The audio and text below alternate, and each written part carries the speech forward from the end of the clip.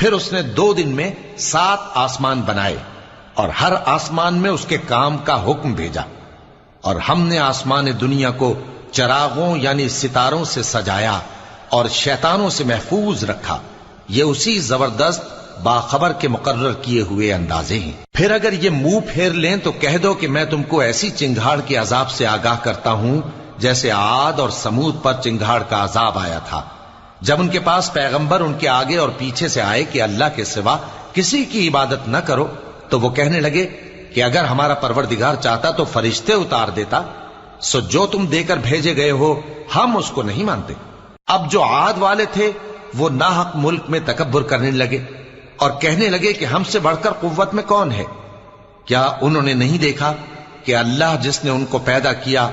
وہ ان سے قوت میں بہت بڑھ کر ہے، اور وہ ہماری آیتوں سے انکار کرتے رہے۔ تو ہم